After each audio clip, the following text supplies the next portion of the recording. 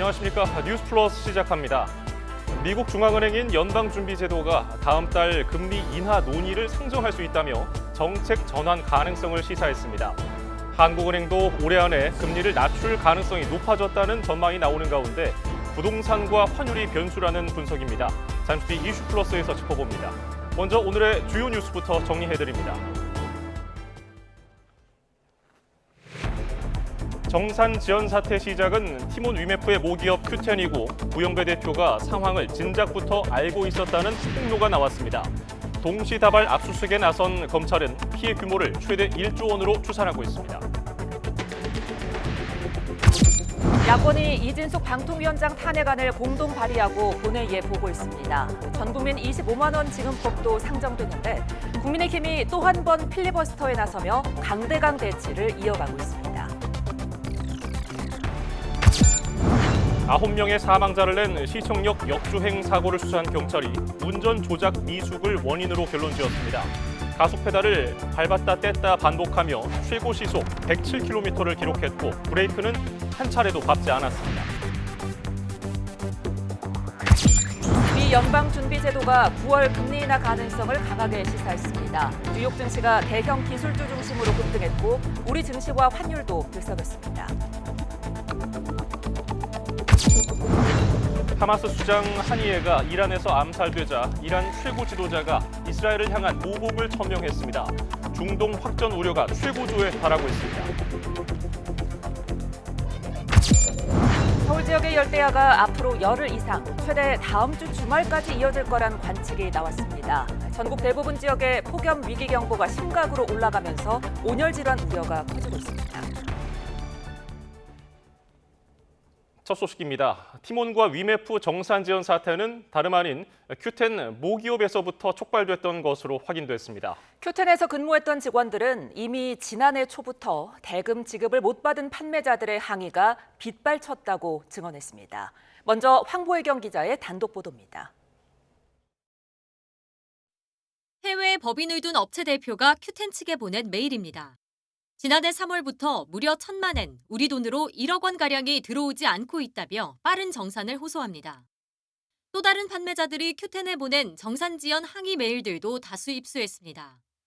지난해 6월에 보낸 메일들인데 5개월째 대금을 못 받고 있다는 내용도 눈에 띕니다. Q10 전 직원들은 YTN 취재진에게 이미 지난해 초 모기업 Q10에서 지연 사태가 시작됐다고 증언했습니다. 23년 2월부터 점점 민원이 들어오기 시작을 했고 5, 6월부터는 정말 민원의 강도가 거세졌었어요. 물건을 떼올 수가 없다, 장사를 할 수가 없다, 파산 위기 직전이다. 지난해 6월 담당 직원이 Q10 자금팀에 급히 정산을 요청한 미지급 업체만 40곳, 미정산 금액은 우리 돈 25억 원가량입니다. 강성으로 문의를 했다면 일단 그 셀럽도 줘요. 급한 불부터 끄는 것 걸로 이제 계속 가는 거예요. 회사가 망한 케이스들도 되게 많이 봤고요. 그렇게 그냥 사라졌어요, 셀러들이. 이미 지난해 3월 Q10 법인이 있는 싱가포르 현지 언론도 Q10 판매자 정산 지연 사태를 보도했습니다. 당시 Q10 측은 현지 언론에 기술적 문제로 대금 전송이 지연됐다고 답변했는데 지난달 8일 위메프가 정산 지연이 시스템 오류라고 밝힌 것과 흡사합니다. 국내 계열사들로 피해가 번지며 걷잡을 수 없이 커지고 있는 티몬 위메프 사태. 무책임한 모습만 보이는 구영배 회장이 이끄는 Q10의 현금 흐름은 이미 오래전부터 악화일로를 걷고 있었습니다. YTN 황보혜경입니다.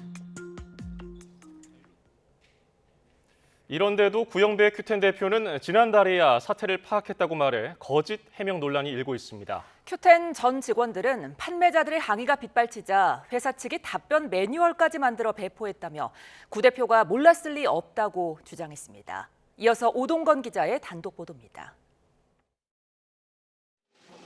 그제 국회 출석해 처음으로 얼굴을 드러낸 구영배 Q10 대표. 지연 상황을 내부적으로 인지한 건 지난달 중순 무렵이라고 말했습니다. 미정산 문제에 대해서 언제 처음 인지를 하셨습니까? 회사 내부적으로 인지한 거예요. 저는 7월 한 12일 정도에 보고를 받았습니다. 예. Q10 전 직원들은 티몬과 위메프 인수 당시 Q10이 계열사 재무 기능까지 흡수했기 때문에 구 대표가 사태를 몰랐을 리 없다고 반박합니다. 팀원 위메프가 정산이 안 되는 건 당연히 우리 쪽에 알려질 수밖에 없었죠. 이 사태가 이렇게 커지고 나서도 저렇게 거짓말을 하는 걸 보니 정말 어이가 없고 황당했어요. 판매자들에게 매일같이 거센 항의를 받던 직원들이 고통을 호소하자 사측이 답변 매뉴얼까지 만들어 그대로 안내했다고 실토했습니다. 확인 후 순차적으로 처리될 예정이니 시간 양해 부탁드린다. 복사 붙여넣기로 벌크로 답변을 하고 6시에 딱 문이 막아버리고 퇴근하고 이런 식으로 거의 1년 반 정도? 판매자 대부분 중국이나 일본, 유럽 등 해외에 법인을 두고 있어 고소나 소송도 여의치 않았는데 큐텐이를 악용한 정황도 드러났습니다. 큐텐이 계열사인 위시 판매자에게 보낸 메일을 보면 큐텐은 소송을 걸겠다는 판매자 항의에 싱가포르 법인 주소 등을 안내하며 싱가포르에서 소송하라고 무책임하게 답변했습니다. 이런 가운데 구 대표는 일부 언론에 집을 활용해서라도 운영 자금을 마련할 계획이라고 밝힌 것으로 알려졌습니다. 큐텐 관계자는 사실 확인을 요청하는 취재진 연락에 아무런 답변이 없었습니다. YTN 오동건입니다. 팀원과 위메프의 정산 지연 사태를 수사하는 검찰이 압수수색에 나서며 수사를 본격화했습니다. 검찰 압수수색 영장에는 큐텐그룹 구영배 대표에게 최대 1조 원대 사기 혐의가 있다는 내용이 적시된 거로 알려졌습니다. 김태원 기자입니다. 전담 수사팀을 꾸린 지 사흘 만에 검찰이 대대적인 강제 수사에 나섰습니다. 검사와 수사관 등 85명을 투입해 팀원과 위메프, 큐텐코리아 본사, 구영배 큐텐 대표 주거지 등 10곳을 동시에 압수수색한 겁니다. 지난달 26일 금융감독원으로부터 수사 의뢰를 받고 법리를 다져오던 검찰이 본격 수사에 착수한 건데 구 대표에 대한 검찰 압수수색 영장에는 400억 원대 횡령 혐의가 적시된 거로 알려졌습니다. 구 대표는 국회에 출석해 북미 전자상거래업체의 위씨를 인수하는 과정에서 팀원과 위메프 자금 400억 원을 끌어다 썼다고 말했는데 검찰은 팀원과 위메프가 갖고 있던 소비자 결제 대금을 기업 인수 등 다른 용도로 썼다면 횡령이나 배임에 해당할 수 있다고 보고 있습니다. 검찰은 또 구 대표에 대해 사기 혐의도 적용했습니다. 팀원과 위메프가 자본 잠식 상태에서도 역마진으로 상품권 판매를 대규모로 이어왔고 받은 판매 대금을 입점업체에 정산하지 않고 밀린 다른 정산 대금을 치르는 돌려막기를 했다면 사실상 폰지 사기 구조라는 게 검찰 시각입니다. 판매자에게 정산되지 않은 금액은 지난달 25일 기준으로만 2,100억 원대입니다. 정산기일이 다가오는 6월과 7월 거래분까지 포함하면 피해 규모는 최대 1조 원대에 이를 수 있다는 관측입니다. 검찰은 압수물과 금감원이 넘긴 자료 등을 토대로 자금 흐름을 살펴본 뒤 구 대표 등을 피의자로 불러 조사할 방침입니다. YTN 김태원입니다. 김병환 금융위원장이 팀원과 위메프 미정산 사태에 금융당국의 책임이 있다며 관련 제도를 개선하겠다고 밝혔습니다. 김 위원장은 오늘 새출발기금 간담회 이후 이번 사태 원인에 금융감독의 감독 부실이 있느냐는 기자들의 질문에 책임에서 자유로울 순 없다고 답했습니다. 이어 현실적으로 제도적인 제약은 있었지만 국민이 어려움을 겪게 된 만큼 책임 있는 자세로 임하고 있다고 말했습니다. 그러면서 재발 방지를 위해 제도 개선 과정에서 관계부처와 차근차근 논의를 진행하겠다고 덧붙였습니다. 더불어민주당 등 6개 야당이 발의한 이진숙 방송통신위원장에 대한 탄핵 소추안이 국회 본회의에 보고됐습니다. 민주당이 추진하는 전국민 25만 원 지급법도 본회의에 상정됐는데 국민의힘은 필리버스터로 대응하며 강대강 대치를 이어가고 있습니다. 취재기자 연결해서 자세히 알아봅니다. 정인용 기자. 네, 국회입니다. 예, 이진숙 방통위원장에 대해서 결국 야당이 탄핵 절차에 돌입했다고요? 네, 민주당 등 6개 야당은 이진숙 방송통신위원장 탄핵 소추안을 발의했고 국회 본회의에 곧바로 보고됐습니다. 야당은 방통위가 5인 합의제 기구인데 이 위원장이 자신을 포함한 2인 체제로 KBS 그리고 MBC 대주주인 방송문화진흥회 이사 선임을 강행했다며 명백히 불법이라는 입장입니다. 자격도 없는 인물을 방통위원장 자리에 앉혔다며 오히려 여당이 나서 이 위원장 임명부터 막았어야 한다고 목소리를 높였습니다. 들어보겠습니다. 입법부의 의원으로서 이준숙 후보자의 모습을 볼 때 역사 인식이라든가 과연 준비된 후보냐라고 볼 때 국민들이 볼 때 아니라는 거 아니겠어요? 반면 여당인 국민의힘은 본회의장 앞에서 회의 시작 전부터 규탄 대회를 열고 헌법 질서를 겁박하는 일을 중단하라고 민주당에 촉구했습니다. 지난 노무현 정부부터 어느 정부든 임기 5년간 탄핵 안건이 4건을 넘지 않았는데 윤석열 정부 들어서만 2년을 조금 넘은 시점에 18건의 탄핵안이 발의됐다며 탄핵 중독이 아니냐고 반문했습니다. 들어보겠습니다. 만일 탄핵이 의결되고 방통위원장의 권한이 정지된다면 야기되는 방송통신 행정마비는 민주당이 책임져야 할 것입니다. 탄핵안이 본회의에 보고된 뒤 24시간 이후 72시간 이내에 표결에 붙이지 않으면 폐기되는 만큼 이르면 내일 오후 표결이 이뤄질 전망입니다. 야당이 과반 의석을 점하고 있어 통과될 가능성이 큰데 가결될 경우 헌법재판소 판단이 최종적으로 나올 때까지 이진숙 위원장의 직무는 정지됩니다.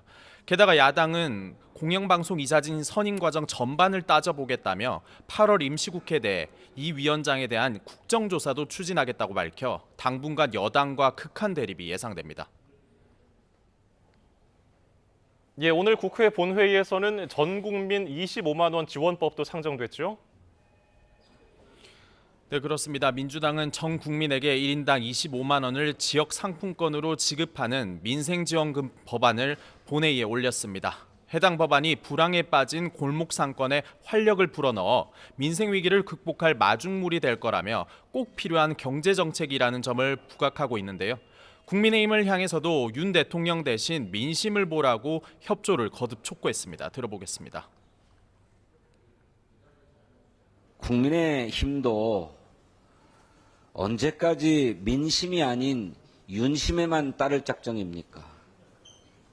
국민의 인내심이 이미 한계에 다다랐습니다. 반면 국민의힘은 해당 법안이 상정되자 즉각 무제한 토론, 이른바 필리버스터에 나섰는데 현재 첫 번째 주자로 박수민 의원이 3시간 가까이 발언을 이어가고 있습니다. 국민의힘은 실제로 상품권이 지급되면 처음에만 반짝 소비가 늘고 결국 물가가 더 오를 걸로 예상되는 데다 10조 원이 넘는 예산도 미래 세대에 부담이 될 거라고 지적했습니다. 들어보겠습니다.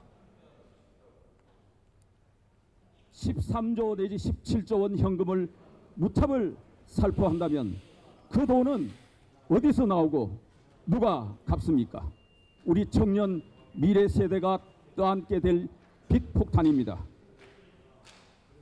필리버스터 종결 동의안도 같이 제출된 만큼 강제 종결이 가능해지는 24시간이 지난 내일 오후 야당은 민생지원금 법안을 통과시킬 전망입니다. 예, 국민의힘은 한동훈 표 지도부 구성에 속도가 붙은 모양새인데요. 유임 여부를 둘러싸고 논란이 이어지던 친윤계 정점식 정책위의장이 결국 자진 사퇴 의사를 밝혔다고요? 네, 친윤계 정점식 정책위의장이 조금 전 기자회견을 열어서 사퇴 의사를 밝혔습니다. 앞서 한동훈 대표가 임명직 당직자를 상대로 일괄 사의 표명을 요구한 지 하루 만입니다. 정 의장은 당의 분열을 막기 위해 사퇴하는 게 맞겠다는 생각을 갖게 됐다고 이유를 설명했습니다. 그러면서 앞으로 의원총회 추인을 받아 선출될 후임 정책위 의장이 지방선거와 대통령 선거 승리는 물론 정권 재창출 기틀을 마련해달라고 당부했습니다. 임기가 10개월가량 남은 정 의장의 유임 여부를 두고 그동안 당 안팎에서는 갑론의박이 이어졌습니다.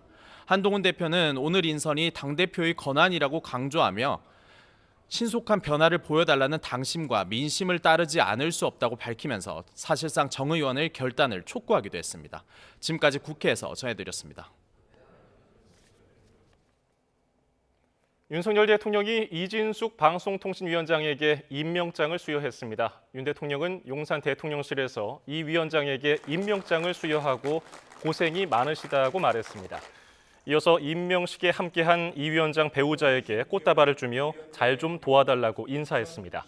앞서 윤 대통령은 어제 오전 이 위원장과 김태규 방통위 상임위원을 임명했고 방통위의 공영방송 이사 추천 선임안이 의결된 뒤에 어젯밤 KBS 이사 선임안을 제가했습니다.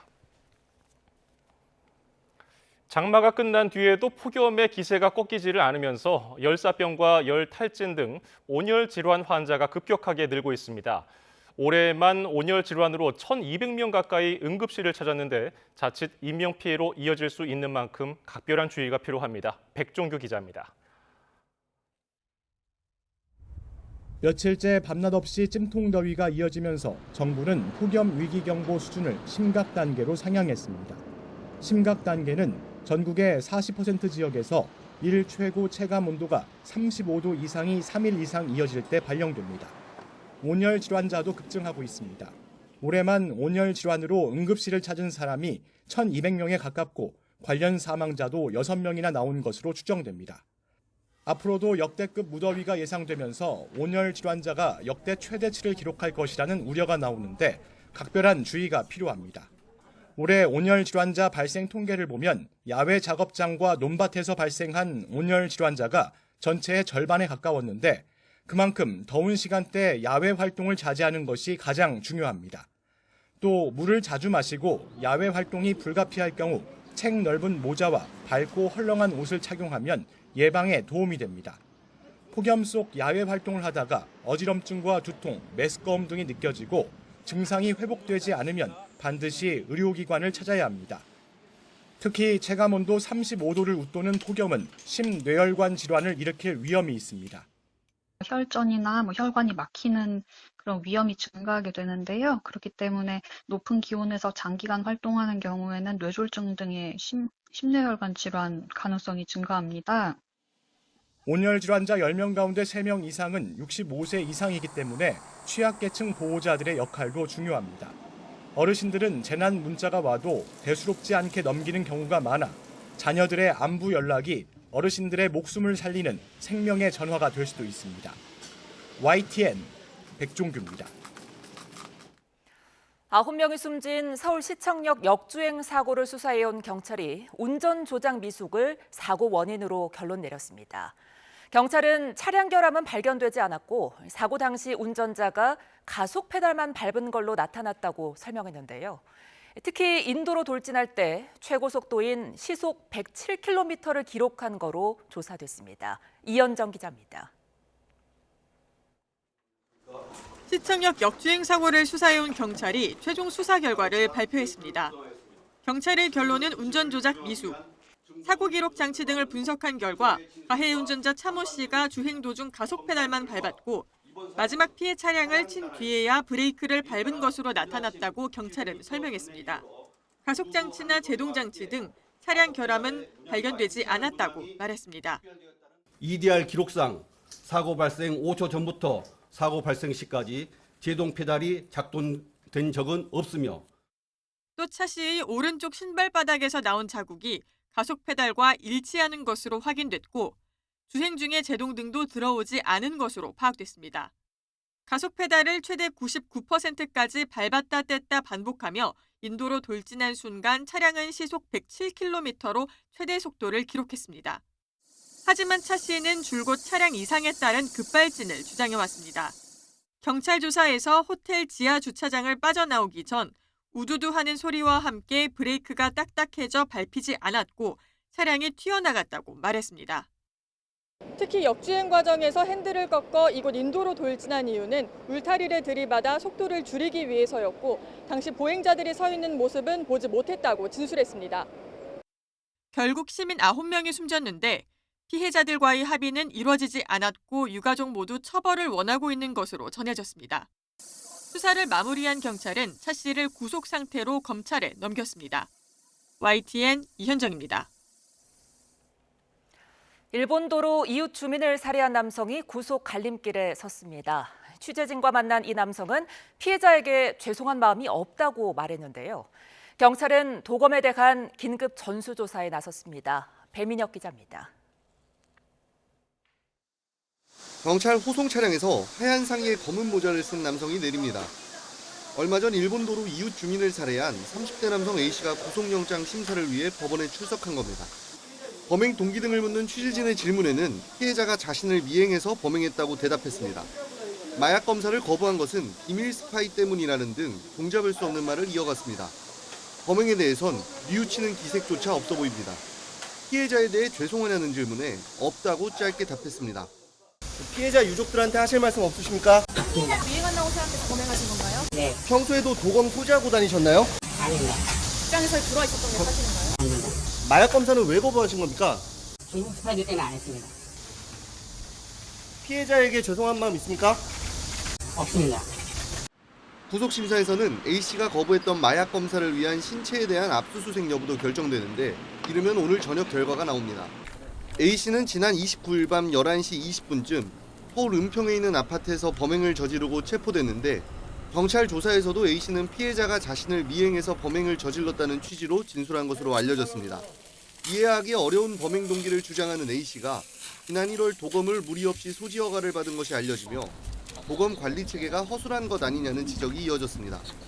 그러자 경찰은 이번 살인 사건에 대응한다며 도검 8만여 정에 대한 긴급 전수점검에 나섰습니다. 이미 허가받은 소지자들이 범죄를 저지르는 등 점검에서 위험성이 판단되면 허가를 취소할 방침입니다. 또 신규 소지 허가 기준도 강화해 도검 관리의 사각지대를 제거하겠다고 밝혔습니다. YTN 배민혁입니다. 일본도 살인 피해자 40대 남성 A씨의 발인식이 오늘 오전 진행됐습니다. 서울 은평 성모병원 장례식장에서 치러진 발인식은 유족과 지인 등 30여 명이 참석한 가운데 기독교식으로 진행됐습니다. 발인식에 참석한 지인은 더는 이런 묻지마 살인이 없어야 한다며 제도가 제대로 만들어졌으면 좋겠다고 말한 거로 전해졌습니다. 강원 춘천경찰서는 정글에서 쓰는 칼을 이웃 주민에게 휘두른 혐의로 61살 A씨를 붙잡아 조사하고 있다고 밝혔습니다. A씨는 어제 오전 8시 40분쯤 강원도 춘천시 후평동의 한 아파트 쉼터에서 이웃인 70대 B씨에게 50cm 길이 정글돌을 휘둘러 위협한 혐의를 받습니다. A씨는 주민들이 함께 사용하는 잿더리를 치웠다는 이유에 화가 나 범행한 거로 조사됐습니다. 경찰은 정글돌을 압수하고 A씨에 대한 구속영장을 신청했습니다. 미국 중앙은행인 연방준비제도가 다음 달 금리 인하 논의를 상정할 수 있다며 정책 전환 가능성을 시사했습니다.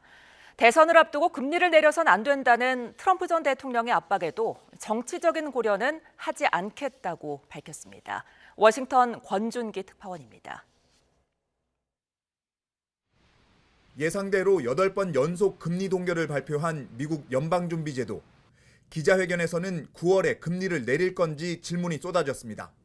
제롬 파월 의장은 아직 정해진 건 없다면서도 금리 인하 시점이 가까워지고 있다고 인정했습니다.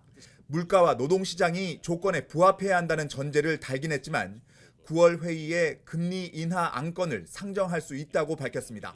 If that test is met, a reduction in our policy rate could be on the table as soon as the next meeting in September. Again, that the broad sense of the committee is that we're getting closer to the point at which it will be appropriate to reduce our policy rate. 파월 의장은 2분기 인플레이션 지표에 자신감을 얻었다며 현재 경제 상황을 긍정적으로 봤습니다. 경착륙 가능성도 낮다며 경제가 과열되거나 급냉할 이유가 없다고 진단했습니다. 트럼프 전 대통령이 대선을 앞두고 금리를 내려선 안 된다고 말한 데 대한 연준의 입장도 밝혔습니다. 파월 의장은 정치적인 고려는 하지 않겠다는 뜻을 거듭 분명히 했습니다. We never use our tools to support or oppose a political party, a politician, or any political outcome. 엔비디아 등 기술주들의 급등으로 상승 곡선을 그리던 뉴욕 증시는 파월 의장의 9월 금리 인하 시사 발언으로 날개를 달았습니다. 나스닥이 2.6%, S&P 500이 1.5% 이상 오르며 연준의 정책 전환 예고를 반겼습니다. 파월 의장은 다음 회의 때 0.5%포인트 빅스텝 금리 인하가 가능할지에 대해선 지금 당장 고려하는 사안이 아니라고 선을 그었습니다. 워싱턴에서 YTN 권중입니다. 보신 것처럼 미국 연방준비제도가 기준금리를 동결하면서 오는 9월 금리 인하 가능성을 열어뒀습니다. 시장은 반색하면서 주가와 원화 가격은 모두 올랐습니다. 이영원 기자입니다. 9월 금리 인하를 100% 확신했던 시장은 제롬 파월 연방준비제도 의장 발언에 환호했습니다. 대형 기술주를 중심으로 뉴욕 증시가 급등한 겁니다. 9월 금리 인하의 가능성에 대해서 약간 직접적으로 밝혔다는 데에서 굉장히 시장이라든지 다른 쪽에서 굉장히 환영하는 분위기다라고. 미국발 훈풍에 우리 시장도 들썩였습니다. 코스피와 코스닥 모두 상승 마감했고 원화값도 올라 원달러 환율은 10원 넘게 내렸습니다. 투자 심리가 살아나면서 위험자산 선호가 짙어진 결과입니다. 다만 주가 오름폭이 크지는 않았습니다. 트럼프 리스크가 있고 캐리 트레이드 정산 이런 요인들 때문에 자금이 이렇게 적극적으로 예전처럼 들어오지는 않는다. 정부도 중동 불안과 미국 대선 등 불확실성이 커지고 있다며 변동성이 확대될 수 있다고 우려했습니다. 특히 한국은행은 이 같은 대외 변수에 따른 원달러 환율 움직임을 주시하고 있습니다. 이에 미국이 오는 9월 금리를 내린 이후에야 우리도 인하 시기를 결정할 것으로 보입니다. 10월 기대감이 커지는 가운데 집값과 가계대출 오름세 등 국내 변수에 따라 인하 시점은 더 미뤄질 수도 있습니다. YTN 이영훈입니다.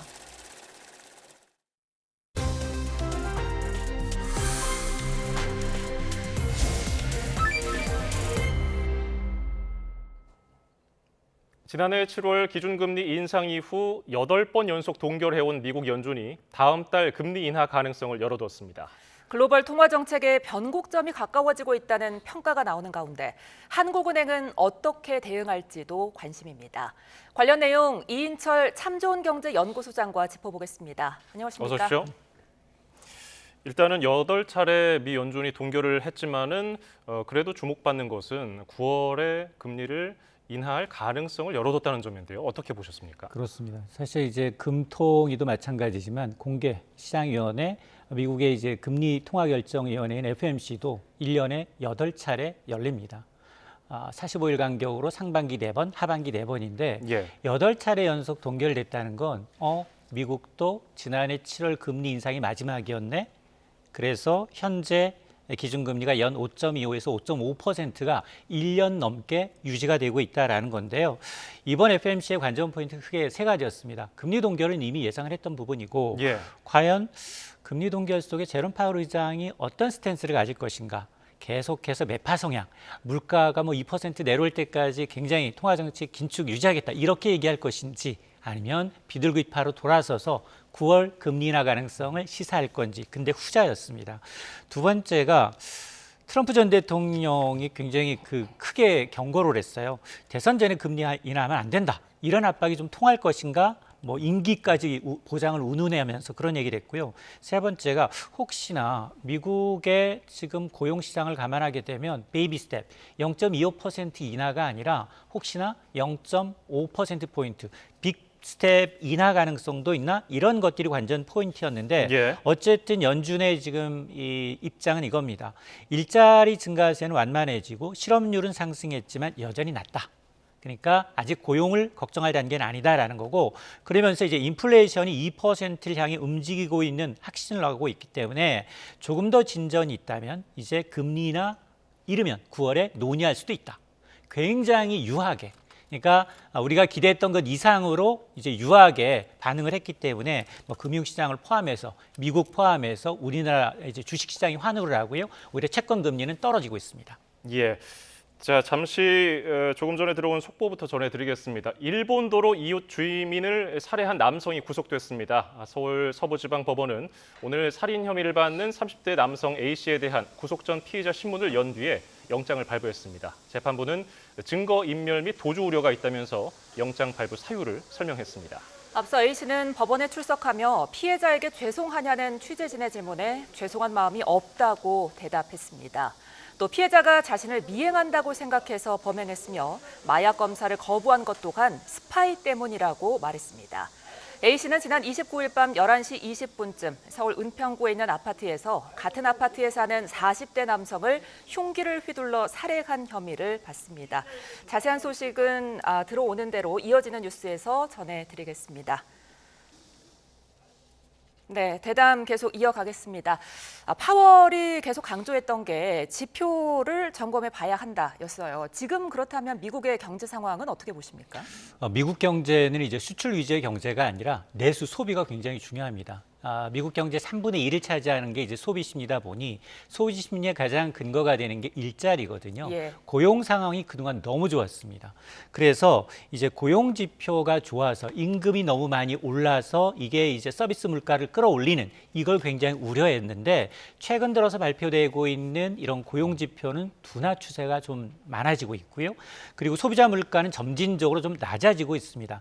6월 소비자 물가 지수 상승률은 3%지만 미 연준의 물가 관리 목표치는 2%거든요. 그리고 실제로 연준이 통화정책 결정에 참고하는 핵심 지표는 PCE 개인 소비 지출 가격 지수입니다. 이건 이제 지난 6월에 1년 전보다 2.5%까지 상승률이 굉장히 많이 낮아졌거든요. 예. 3, 4월 2.7%이던 게 이제 5월, 6월 연속 하락하다 보니 물가는 어느 정도 좀 식고 있다라는 것으로 이제 보이고요. 다만 이 고용 시장을 보게 되면 최근에 고용 시장은 다소 식고 있는 게 굉장히 드러나고 있는데요. 저거 민간 고용 지표라고 하는 ADP의 이제 7월 고용을 봤더니 한 달 전에 비해서 지금 12만 한 2천여 명, 6월 이제 농업 부분 서비스업 일자리 한 20만 명 정도 늘어났는데 예상치보다도 크게 둔화되고 있습니다. 이렇게 서비스업 일자리가 줄고 있다라는 건 임금 인상발 물가 불안이 잦아들고 있다라는 것이어서 지금 이제 7월에 임금 인상률을 봤더니 4.8%이기 때문에 이 역시 3년 만에 가장 낮은 수준이고 6월의 실업률은 4.1%인데 이게 지금 2년 7개월 만에 가장 높습니다. 예. 자, 이러다 보니까 지금 뭐 물가는 점진적으로 낮아지는 게 확연히 눈에 들어오는데 고용 지표가 너무 빨리 식고 있다. 이 부분을 지금 우려하고 있는 거거든요. 자, 그러다 보니 이제 이 파월 의장의 경우에는 이제 이 부분을 특히나 이제 앞으로는 물가보다는 이 고용 지표의 변동폭에 따라서 금리나 폭 시점이 달라질 수 있다라는 겁니다. 예. 뉴욕 증시가 굉장히 좀 활짝 웃는 모습이었거든요. 이 연준에서 금리 인하 신호를 보낸 것과 그리고 이 증시의 상관관계는 어떻게 보십니까? 맞습니다. 사실 금리 동결은 예상됐었기 때문에 어느 정도 예상됐던 수준이지만 파월 의장의 발언이 굉장히 이제 비둘기파로 이제 돌아가면서 9월 이제 인하 가능성을 시사하니까 미국의 달러가 약세로 돌아섰어요. 채권 금리가 떨어지고 증시 위험 자산은 뛰었습니다. 특히나 그동안 조정을 좀 많이 받았던 기술주 나스닥은 지금 큰 폭으로 올랐습니다. 2.64%나 올랐는데요. 나스닥 지수 상승폭은 지난 2월 이후 6개월 만에 가장 컸습니다.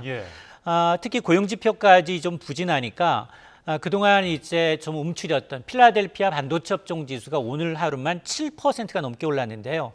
엔비디아도 12% 급등을 했지만 엔비디아의 경쟁사가 어드밴스 마이크로 디바이스라는 업체거든요.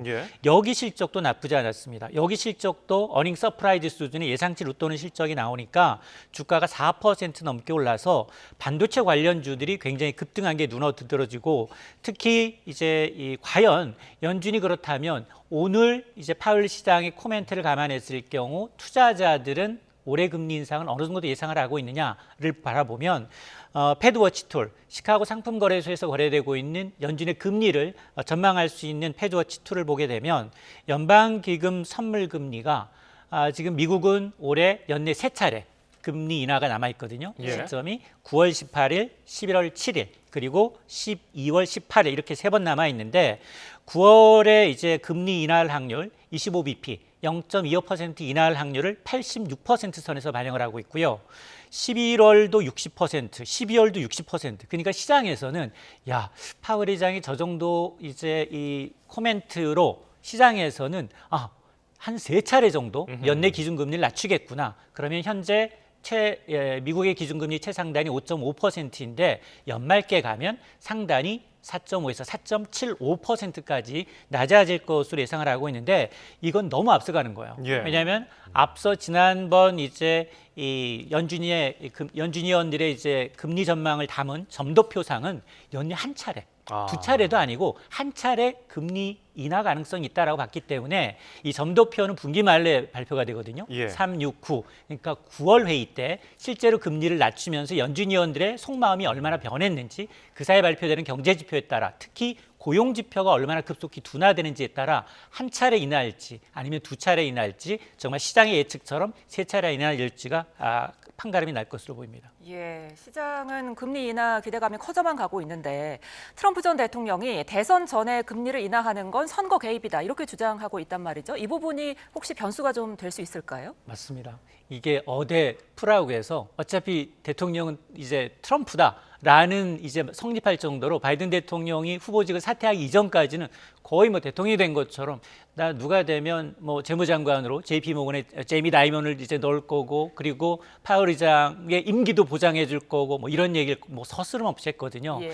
자, 그러나 파월 의장은 앞서 이제 상하원 통화정책위원회에 이제 나가서 이런 얘기를 했습니다. 계속해서 이렇게 정치적인 압박을 받게 되니 그 자리에서도 기준금리 인하라는 건 주어진 데이터를 기반으로 필요한 시점에 준비되면 결정하는 사안이다. 정치적인 일정, 11월 대선과는 관계가 없다라고 이제 선언을 했는데, 근데 사실은 이제 트럼프 전 대통령도 이제 발언한 의도는 분명합니다. 야, 이제 금리를 낮추게 되면 모든 공이 바이든 행정부에 공적이 되니 내가 대통령이 된 이후에 하라라는 메시지지만, 예. 그러나 지금 이런 이제 그 발언은 상당히 좀 부적절하거든요. 물론 미국의 대통령이 연준의장의 임명권을 갖고 있습니다. 인사권을 쥐고 있는 건 맞지만 인사권을 빌미로 중앙은행의 이제 어떤 권리라고 하는 독립성을 좀 훼손하는 통화 정책에 직간접적으로 개입하는 것은 상당히 좀 위험한 발상입니다. 예. 이런 가운데 캐나다, EU도 금리 인하를 했고요. 미국도 신호를 보냈고 이렇게 각국이 금리 인하를 하고 있는 가운데 마이너스 금리를 유지하던 일본은 금리를 올렸단 말이죠. 마이너스 금리 정책이 이제 끝난 건가요? 일본은 올해만 금리 인하 두 차례 했습니다. 예. 지난 3월에는 실제로 한 10몇 년 동안 마이너스 0.1% 금리였어요.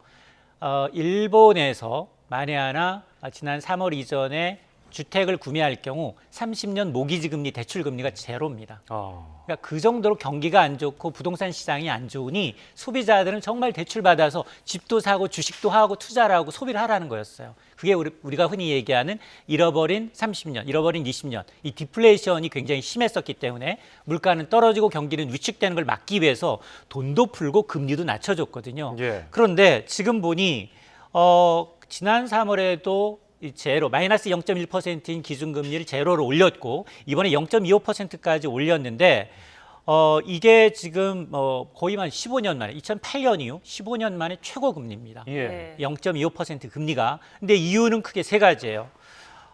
임금 상승으로 인한 이제 물가 상승세가 심상치 않다라는 건데요. 일본 대기업들이 올해 임금 인상률이 평균 5.1%. 이게 지금 1991년 이후 33년 만에 최고입니다. 예. 일본의 6월 소비자 물가 지수는 1년 전에 비해서 2.6% 뛰었어요. 이게 지금 27개월 연속 일본은행의 관리 목표치 2%를 웃돌고 있습니다. 한마디로 물가와 임금이 모두 오르는 경제 선순환이 이루어졌기 때문에 이제 금리를 올려도 되겠다라는 이제 자신감의 표명인데, 또 하나는 기록적인 엔화 약세에 있습니다. 지금 미국과 일본의 기준금리 격차 여전히 5%가 넘습니다. 예. 이게 2년여 넘게 이어지다 보니까 계속 엔화 가치가 추가적으로 떨어지고 있는 겁니다. 이게 뭐라고 하냐, 이른바 엔캐리 트레이드. 앞서서 일본에서 엔화를 저렴하게 빌려서 외국 자산에 투자하는 거예요. 예. 주식도 부동산도 시장에 이제 투자를 하게 되는데 이 자금이 어마어마합니다. 2조 달러 가까이 되거든요. 그러다 보니까 계속 이 엔화를 팔고 달러를 사면서 나가다 보니까 엔화 가치가 1986년 이후 38년 만에 최저치로 떨어진 겁니다. 자, 그러다 보니까 이렇게 엔화 약세를 좀 고리를 끊기 위한 고육지책 성격이 큰데, 근데 사실 일본도 우리나라 비슷하게 수입 물가에 대한 의존도가 굉장히 높아요. 특히 예. 에너지 부분에 대해서. 그러다 보니까 수입 물가는 엔화 주고 사오는 게 아니라 달러 주고 사옵니다. 이게 다시 수입 물가가 올라서 국내 소비자 물가를 끌어올리는 악순환도 막아보자, 이런 취지에서 아마 이제 정부 여당조차도 일본은행에 계속해서 기준금리 인상해라라고 이제 압박이 있었기 때문에 기습적으로 넉 달 만에 재차 올해 들어서 두 번째 금리를 올린 겁니다. 예. 그렇다면 이렇게 슈퍼엔저 시대가 막을 내리게 된다면 우리 경제, 우리 기업들에겐 이게 호재일까요, 악재일까요? 이게 좀 따로따로 떼어놓고 봐야 돼요. 크게 한 세 가지로 나눠서 볼 수 있습니다. 우선 외환시장에서 원하는 호재예요. 지금까지 막 원달러 환율 1,400원 선 육박하면서 겁났는데 그동안 킹달러를 저지할 만한 준기축통화가 없었어요. 예. 유로화 약세, 일본 엔화 약세, 중국 위안화 약세 다 약세했단 말이에요. 근데 지금 일본이 이렇게 올해 들어서 두 번째로 금리를 인하하니 일본 엔화 가치가 뛰고 있습니다. 그러다 보니까 상대적으로 우리나라 원화 가치도 뛰고 있어요. 예. 오늘도 10원 넘게 떨어져서 아마 2달여 만에 처음으로 1,360원대로 떨어졌거든요. 자, 그러니까 이 외환시장에서는 긍정적이다. 근데 증시는 부정적이에요. 앞서서 제가 엔캐리 트레이드 자금이라고 해서 일본에서 굉장히 제로금리로 대출 받아서 외국에 투자했던 자금이 야, 일본은행이 금리 올렸으니까 다시 회귀할 가능성이 있다는 겁니다. 예. 그 자금이 2조 달러가 됩니다. 2조 달러라고 하면 7천조 원에 달합니다. 예. 그게 물론 뭐 우리나라 시장에도 들어와 있고 신흥시장, 미국, 선진국에 많이 들어가 있겠지만 그걸 회수해 간다는 얘기는 그동안 우리나라 시장에서 외국인들은 주식을 계속 사왔잖아요. 예. 물론 뭐 그건 뭐 미국계 자금도 있을 수 있겠습니다만 그럼에도 불구하고 일본계 자금이 좀 빠져나갈 개연성이 있다는 얘기거든요. 그러니까 증시에는 다소 부정적일 수 있다는 거고 또 하나는 수출이에요. 수출은 장단점이 지금 혼재되어 있습니다. 왜냐하면 지금 일본의 금리 인상으로 인해서 일본 기업들의 경우에는 같은 이제 품목 경쟁 관계에 있는 우리 제품과의 경쟁에서 밀리게 돼요. 왜냐하면 일본의 엔화 가치가 상승했기 때문에. 예. 자, 그래서 증권가에서는 벌써 야 이렇게 되면 일본과 경쟁 관계에 있는 조선이라든가 자동차라든가 이런 거 우리가 좀 수혜를 보는 게 아니냐라는 이제 기대감이 나오고 있는데, 근데 일본 우에다 총리가 지금 일본은행 총재가 이제 이 금리 올리면서도 추가적으로 금리 인상을 시사했어요. 예. 그럼 얼마나 금리를 더 올릴 것인가? 일본은행 더 올려봐야 상단이 0.5%예요. 그래도 제로입니다. 예. 그러다 보니 야 그게 크게 영향을 미칠까? 과연 이 0.5% 금리 준다고 해서 다 회귀하고 이게 가격 경쟁력이 그렇게 많이 차이가 날까? 이런 우려가 있는 거고 또 하나는 올해 상반기 수출 우리나라 좋았어요. 상반기 기준 역대 두 번째였는데 일본하고 수출의 격차가 사상 최저로 줄어들었습니다. 한 35억 달러 수준으로 줄어들어서 올해 연말 우리가 지금 잘 나가고 있는 반도체 그리고 자동차 쌍두마차가 잘 나가고 있거든요. 이게 계속 잘 나가면 우리는 올해 연내 7천억 달러 수출이 가능한데 일본은 우리를 밑돌 것 같습니다. 이렇게 예. 되면 우리가 일본을 제치고 세계 5위 수출 대국이 될 수 있기 때문에 아마 엔화 강세는 이제 이 일본 입장에서도 동전의 양면이지만 예. 우리나라 입장에서도 동전의 양면이 될 수 있습니다. 자, 그러면 한국은행은 금리를 언제 낮출 것이며 변수는 무엇인지도 설명해 주시죠. 그렇습니다. 지금 사실은 이제 한국은행의 고민이 좀 커요. 한국은행도 지금 뭐 기준금리 그동안은 이제 미국의 눈치를 봐가면서 할 것이다라는 얘기가 나오고 있는데 어쨌든 미국의 이제 9월 금리 인하 가능성을 확인하고 한국은행은 10월경에 가면 기준금리를 낮추지 않겠느냐. 다만 변수들이 좀 있습니다.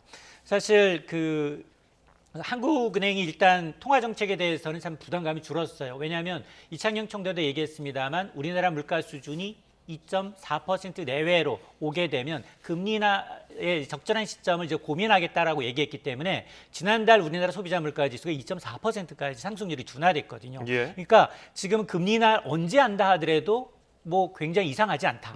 왜냐하면 지금 뭐 부동산 PF라든가 여러 가지 내수 경기가 부진하는 걸 감안하게 되면 금리나 선제적으로 미국보다 선제적으로 해야 된다라는 얘기도 있지만 다만 지금 한국은행이 지금 부담스러워하는 게 7월 금통이 의사록에 나와 있습니다. 여기 보면 금통위원 6명 전원이 가장 걱정하고 있는 게 가계부채와 부동산 시장이 금리 인하의 리스크 요인이다라는 겁니다. 지금 그렇지 않아도 이런 이제 금리, 특히나 한국 경제 성장을 좀 제약하고 이런 이제 부동산 시장과 가계부채가 통화정책 운용의 폭을 제한하는 요인이 될 수 있다라는 건데요.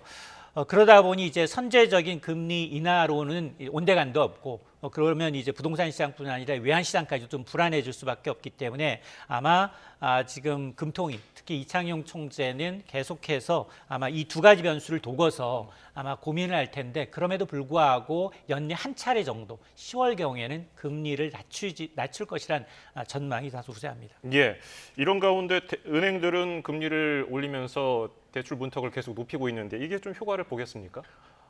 지금 대출 막차 타기 위해서 예. 7월 중 지난달 5대 은행의 대출 통계가 조금 전 나왔는데요. 7조 넘게 들었습니다. 엄청나군요. 맞습니다. 예. 그동안 월 평균 한 5조대로 늘었는데 예. 7조 2천억 원이 늘었고요. 그 가운데에서도 주택담보대출은 7조 5천억 원이 넘었습니다. 이게 3년 3개월, 지난 2021년 4월 이후 3년 3개월 만에 가장 큰 폭으로 늘었는데요. 아무리 이제 은행들이 금융당국의 압박으로 가계대출 금리를 가상금리를 올리고 우대금리를 낮추는 방식으로 대출금리 올리고 있고 한도 줄이고 있거든요. 예. 그럼에도 불구하고 이게 부동산 거래가 늘고 있죠. 그러다 보니까 폭발적인 대출 수요를 감당하기 어렵다, 역부족이다라는 얘기인데요. 여기에다가 우리가 이제 이 총부채 상환 비율 DSR 2단계 시행을 7월에서 9월로 이제 2달 연기했지만 그 이전에 대출을 한도를 좀 많이 받으려고 하는 그런 이제 가수요까지 조금 이제 두다 보니까 오히려 이런 이제 이 대출 금액이 더 커지고 있는 상황인데, 근데 문제는 뭐냐?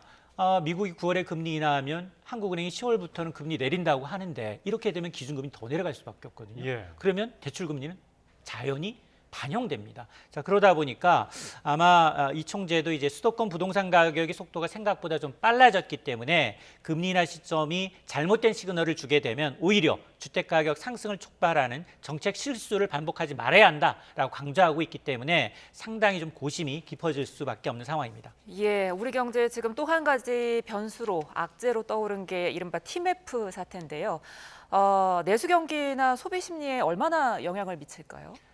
지난 2분기 성적표를 받아봤더니 마이너스 성적표 받았어요. 1년 6개월 만에 2분기에 마이너스 0.2% 역성장했거든요. 내수도 좋지 않았고, 그리고 이제 특히 이제 내수 사태에 여기다 TMEF라는 T몬과 위메프 사태까지 겹치다 보니까 소비 심리가 위축되고 있습니다. 실제로 이제 이 하반기 이제 우리 경제 이제 변수를 꼽으라고 하면 바로 이제 TMF 사태가 될 수밖에 없는 상황인데요. 지금 5월까지만 미정산 금액이 금감원이 파악한 게 한 2,100억 원 정도. 예. 그러나 지금 6, 7월은 아직 반영이 안 됐기 때문에 최대 1조 원 이상의 피해가 예상이 되는데 영미기에 입점한 셀러들이 이제 6만 곳이 넘고요.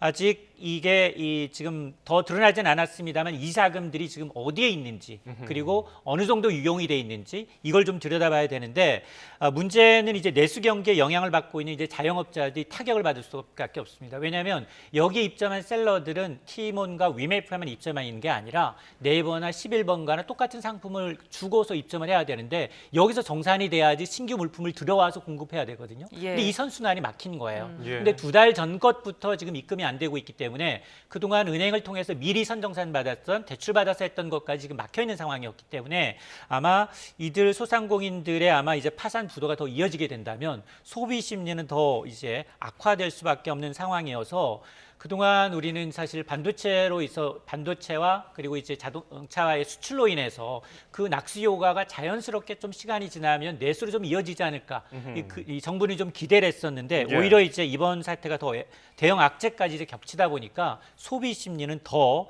얼어붙을 가능성이 상당히 높아 보입니다. 검찰이 이제 압수수색에 나서면서 본격 수사에 들어갔는데 어느 부분을 집중적으로 보게 될지 간략하게 마지막으로 좀 듣겠습니다. 맞습니다. 지금 오늘 뭐 한 10곳 정도를 동시다발적으로 압수수색을 진행을 했습니다. 팀원 본사를 비롯해서 구영보 대표의 자택까지 압수를 했는데요. 아마 크게 보면 이번 이제 자금 경색으로 판매 대금을 지급하기 어려운 사정을 과연 인지하고 있었는지, 그럼에도 불구하고 일정 업체들과 계약을 유지하면서 물품을 판매했는지 보게 되고요. 예. 또 하나 경영진들이 좀 무리하게 사업을 확정하는 과정에서 소비자들의 결제 대금, 판매자한테 지급해야 할 대금을 혹시 다른 용도로 전용했는지 이걸 보게 되고요. 또 하나는 계좌가 추적이 돼야 됩니다. 왜냐하면 2달이라는 판매 정산 지연 이 기간을 통해서 이 자금을 혹시나 나스닥 상장을 위해서 M&A 대금으로 전용돼 있는지 여부를 알기 위해서는 계좌 추적이 병행이 돼야 하는데 아마 이러다 보니까 지금 판매 대금 행방을 추적하기 위해서 일부 이제 이 큐텐그룹과 티몬, 위메프 일부 경영진들의 경우에는 업무상 배임과 횡령 사기 혐의로 이제 고소가 됐기 때문에 이런 것들이 좀 드러나야 되겠습니다. 알겠습니다. 지금까지 이인철 참 좋은 경제연구소장과 함께 관련 내용 짚어봤습니다. 고맙습니다. 7,000명 넘는 사직 전공의들의 수련병원 빈자리를 메우려던 하반기 전공의 모집에 불과 100여 명만 지원한 거로 집계됐습니다. 정부는 이달 안에 추가 모집을 하기로 했지만 대규모 공백 사태로 인한 의료 현장의 혼란은 불가피해 보입니다. 김주영 기자입니다. 전국 수련병원의 하반기 전공의 모집 결과가 발표됐습니다.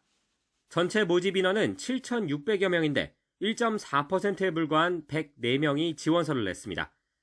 병원을 떠난 전공의 절대 다수, 그러니까 12,000명이 돌아오지 않겠다는 뜻을 분명히 한 겁니다. 이른바 빅5 병원에도 모두 합쳐 45명만 지원했고 지원자가 한 명도 없는 지방 수련병원들이 속출했습니다. 전공의 공백 사태로 진료나 수술이 줄면서 병원들은 적자에 시달리고 있지만 정부는 딱히 대응책을 내놓지 못하고 있습니다. 복지부는 전공의들에게 최대한 기회를 부여하기 위해 이달 안에 추가 모집에 나설 것이라고 밝혔을 뿐입니다. 대신 의료개혁 특위를 통해 의료 현장의 구조조정에 속도를 내겠다는 의지만 강조하고 있습니다.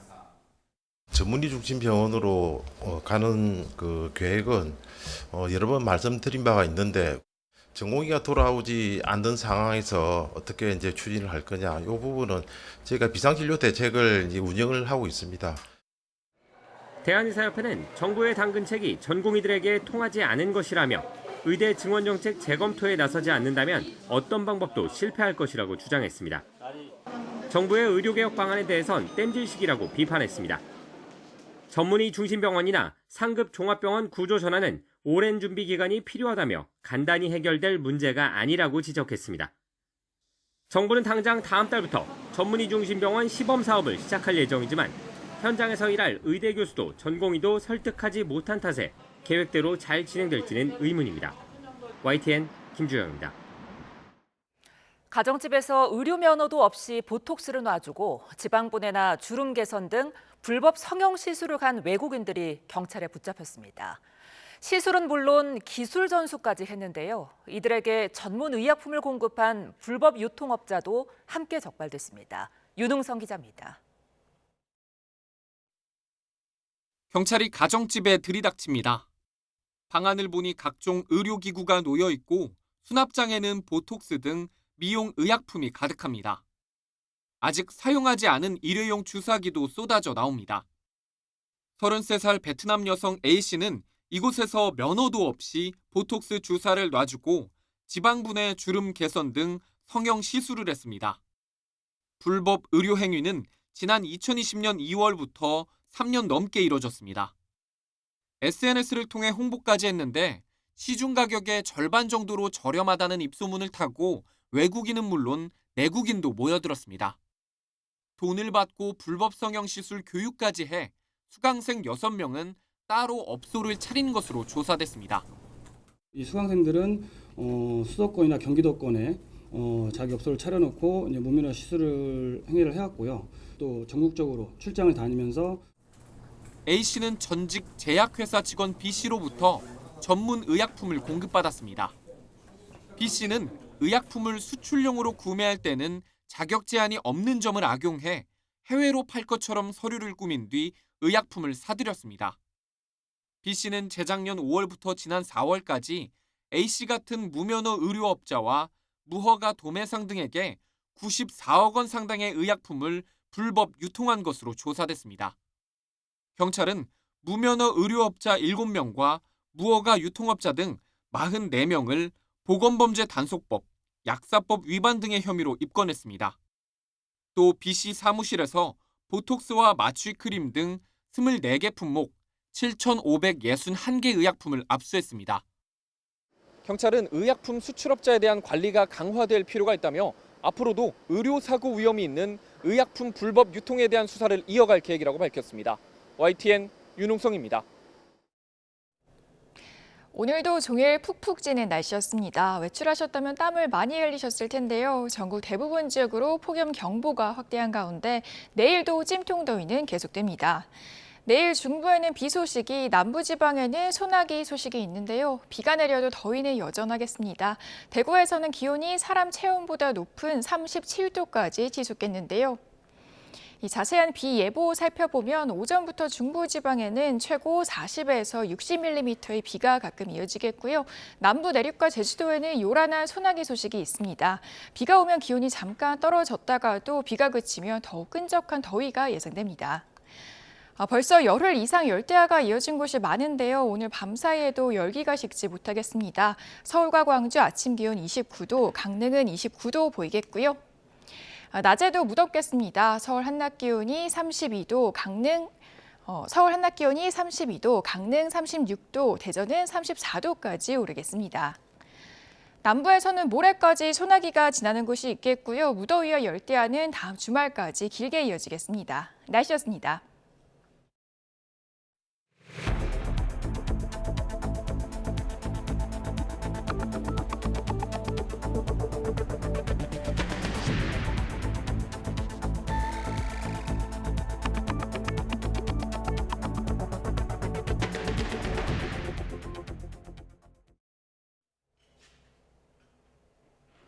국회에서는 5박 6일 방송사법 대치가 끝난 지 이틀 만에 또다시 무제한 토론 필리버스터 전국이 시작됐습니다. 이번엔 전 국민에게 25만 원씩 지급하는 민생회복지원금 특별법이 쟁점입니다. 나혜인 기자입니다.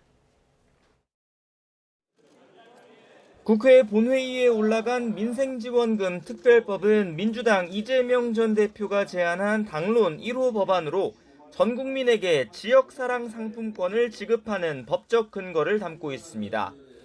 액수는 25만 원부터 35만 원 사이에서 정부가 정할 수 있게 했지만 지급일은 법이 공포되고 석 달 뒤로 못 박았습니다. 소비를 촉진해 침체한 골목 상권에 활력을 불어넣자는 게 입법 취지입니다. 거리의 소리, 시장의 소리, 농산어촌의 소리를 들어보십시오.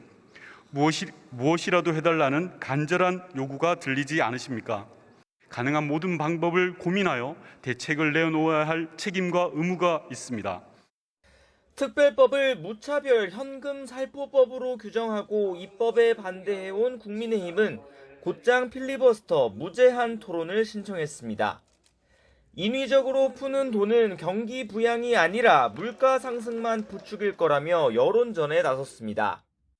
세금으로 소득을 인위적으로 높이고 인위적으로 매출을 높여서 경기를 회복시키고 성장을 이어간다는 소득주도 성장, 아니 이번에는 세금주도 성장이 되겠습니다. 입법부가 정부의 예산 편성권을 침해하는 건 삼권 분립을 흔드는 일이라고 반발했지만 방송사법처럼 현실적으로 입법을 막을 방법은 없습니다.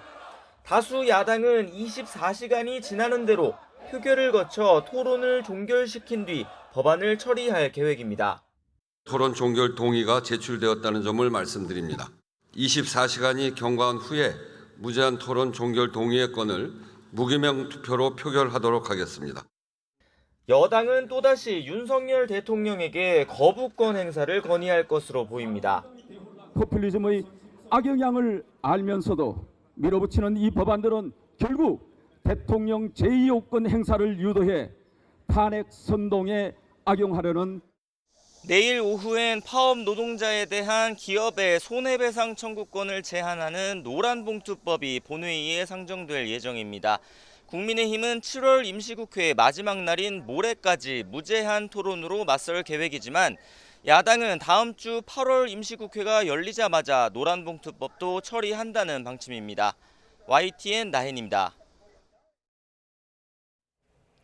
국민의힘 한동훈 대표 체제 출범 이후 교체와 유임 여부를 두고 논란이 불거졌던 친윤계 정점식 정책위 의장이 사의를 표명했습니다.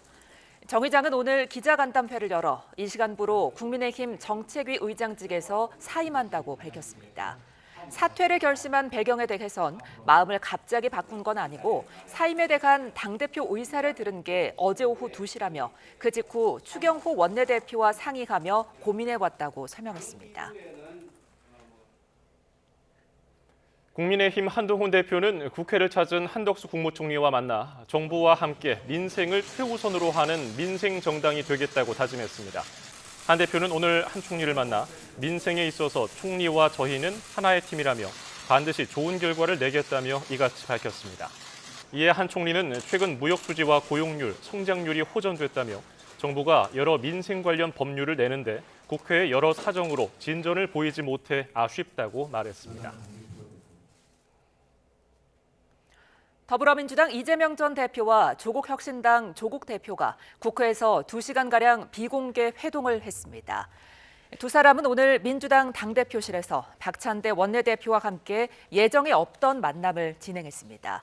이 전 대표는 회동 뒤 기자들을 만나 현 정국에 대한 걱정도 많고 서로 협력해야 할 부분이 너무 많아 다양한 분야에 대해 의견을 나눴다면서 조 대표 말씀을 많이 들었다고 밝혔습니다.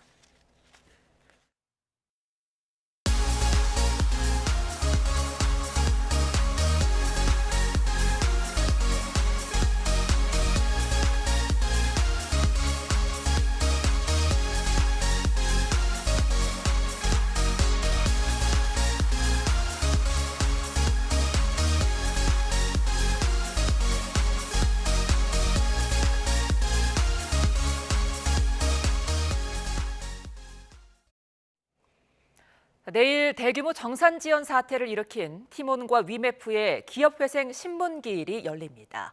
각사 대표가 법원에 직접 출석해 회생에 이르게 된 경위 등을 밝힐 예정입니다. 김다현 기자입니다. 목전에 다가온 티몬과 위메프 기업회생 신문기일에는 각사 대표자가 의무적으로 출석해야 합니다. 신문은 비공개로 진행되지만 초점은 기업회생 가능성에 맞춰져 있습니다. 기업회생이란 재정적 어려움으로 파탄 상황에 놓인 회사가 사업을 이어가는 것이 사업을 청산하는 것보다 낫다고 인정될 때 법원 감독을 받으며 사업을 일으키는 제도입니다. 따라서 회사 현황에 대해 각사가 제출한 답변서를 보고 법관이 추가 신문을 이어갈 전망입니다. 대표 신문사항을 미리 보내줍니다. 회사 현황, 부채, 자산, 매출액 이런 것들 그런 어떤 질문사항이 쭉 있습니다. 양사가 신청한 자율 구조조정 지원, ARS에 대한 신문도 이어질 것으로 보입니다.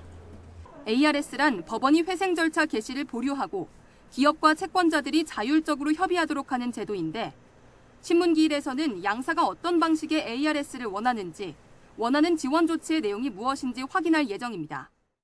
법원이 ARS 신청을 받아들이면 양사와 채권자가 자율협의를 거칠 때까지 길게는 3개월 동안 회생 개시 여부 결정은 보류됩니다. 반대로 ARS가 불발되면 일반적으로 회생 신청 한 달 안에 개시 여부를 판단합니다. 만약 회생이 개시되면 구체적인 계획안을 수립하고 이어지는 절차를 밟게 되지만 개시되지 않으면 양사는 다른 방안을 준비해야 합니다. 파산 가능성도 배제할 수 없는데 이렇게 될 경우 회사는 먼저 세금이나 직원 월급 등을 처리하고 판매자 등에게 빚을 갚게 됩니다. YTN 김다현입니다. 한국소비자원이 티몬과 위메프 여행 관련 피해 고객을 대상으로 분쟁 조정 접수를 시작했습니다. 7시간 만에 1,700여 명을 신청했는데 이 길도 막막하기는 마찬가지입니다. 이승은 기자입니다. 한국소비자원이 일단 피해 규모가 큰 여행과 숙박, 항공권 관련 피해 고객을 대상으로 집단 분쟁 조정 접수를 시작했습니다. 오는 9일까지 온라인으로만 접수를 받습니다. 접수 개시 7시간 만에 1,700명 넘게 신청했습니다. 이번 집단 분쟁 조정 당사자는 중개몰인 티몬과 위메프의 여행 상품 판매자도 해당합니다. 때문에 조정안에는 티몬과 위메프뿐만 아니라 여행사가 어떻게 피해를 구제할지에 대한 방안도 담기게 됩니다. 정부는 주요 입점 여행사들과 간담회를 열고 협조를 당부했지만 여행사들도 정산 대금을 받지 못한 상황입니다. 이미 발표한 5,600억 원 플러스 알파 규모 지원 대책을 신속히 집행하고 필요시 추가적인 유동성 지원 방안도 강구하겠습니다. 분쟁 조정은 재판보다 절차가 빠르지만 이 또한 시간이 적지 않게 걸립니다. 머지포인트 사태의 경우 2021년 9월 접수를 받기 시작해 이듬해 6월에야 조정안이 나왔습니다. 당사자들이 조정안을 수용하더라도 결과는 미지수입니다. 조정안이 성립돼도 결국에 돈이 있어야 그러니까요. 지급을 하게 되거든요. 네. 결국의 문제는 티몬과 위메프, 큐텐이 돈이 있느냐, 지급 능력이 있느냐로 귀결될 것 같습니다. 조정안이 결렬되면 민사소송으로 가는 수밖에 없습니다. 머지포인트 사태의 경우 당사자들이 모두 수용을 거부해서 소비자원이 소송을 지원했는데 사태 발생 3년이 지난 현재 1심 판결만 나온 상태입니다. 소송에서 이겨도 결국 티몬과 위메프의 지급 능력이 관건이어서 피해 고객들은 막막한 과정 앞에 놓여 있습니다. YTN 이승은입니다. 티몬 위메프 사태 파장이 공연계까지 번지고 있습니다.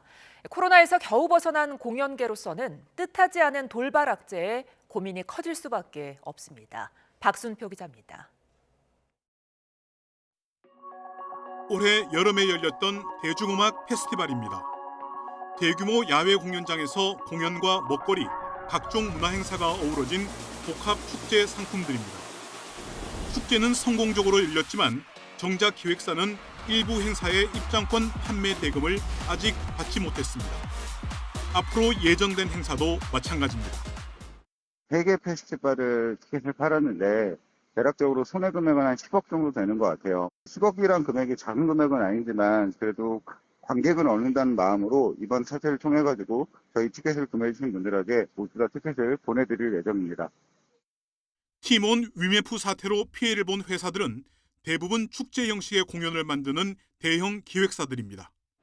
연극과 뮤지컬, 클래식 공연 등은 기존의 예매업체들이 시장을 선점했고 위메프 등은 야외 페스티벌 상품 예매에 주력했기 때문입니다. 작은 공연 기획사들도 대부분 예매와 동시에 바로 대금을 받았고 자체 예매 시스템을 갖춘 대형 공연장도 불똥을 피해갔습니다. 세종문화회관 경우에는 자체 매프 시스템을 갖추고 있어서 위메프로 예매한 관객은 소수인 것으로 좀 파악되고 있습니다. 또한 위메프로 예매한 관객들에 대해서도 관람하시는 데 문제가 없도록 최선을 다해서 노력 중에 있습니다. 하지만 인터넷 플랫폼 기업을 통한 공연 입장권 판매는 이미 일반화된 만큼 사태가 재현될 가능성은 얼마든지 있습니다. 따라서 다른 업종과 마찬가지로 플랫폼 기업의 회계 처리와 대금 정산 방식, 시기 등은 상당한 개선이 필요해 보입니다. YTN 박순표입니다.